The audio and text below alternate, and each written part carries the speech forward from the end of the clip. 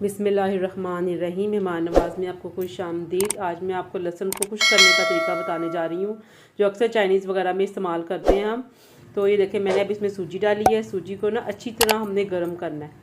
ये जब अच्छी तरह गर्म हो जाए ना, फिर इसमें हमने लहसुन डाल देना है। जितना भी आप अपनी मर्ज़ी से जितना सा आपने करना है ड्राई आप कर लें, क्योंकि ये अक्सर चाइनीज़ वगैरह में हर चीज़ में यूज़ होते हैं। तो हमें ज़रूरत होती है, बाज़ार से बहुत ज़्यादा एक्सपेंसिव मिलता है, तो हम इसको घर में ही बनाएंगे। मैंने सूजी में बनाया है इसको, और इसको अच्छी तरह हमने इसको ना अच्छी तरह भूनना है हमने इसको सूजी के साथ, ताकि इसको सुर्ख कर दें। इसकी स्मेल भी अच्छी आने लग पड़ती है। ये देखें कितना अच्छा मैंने इसको भूना है, और ये देखें कितना ज़बरदस्त हो गया। अब इसको हम अच्छी तरह भूनेंगे। इसका रंग देखें रेड हो जाएगा।